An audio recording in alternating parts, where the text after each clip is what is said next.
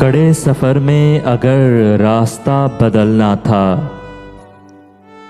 तो इब्तदा में मेरे साथ ही ना चलना था। कुछ इसलिए भी तो सूरज ज़मीं पे उतरा है,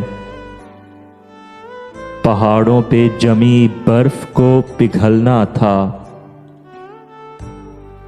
उतर के दिल से लहू जहर कर गया आखिर वो सांप जिसको मेरी आस्तीन में पलना था।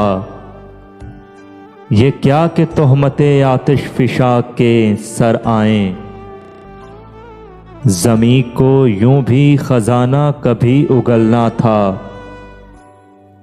मैं लग़्ज़िशों से आए रास्ते पे चल निकला, तुझे गवा के मुझे फिर कहाँ संभलना था। उसी को सुबह मुसाफिर ने चूर कर डाला, उसी को सुबह मुसाफिर ने चूर कर डाला। वो आफताब जिसे दोपहर में ढलना था, अजब नसीब था मौसम के बाद मर्ग मुझे।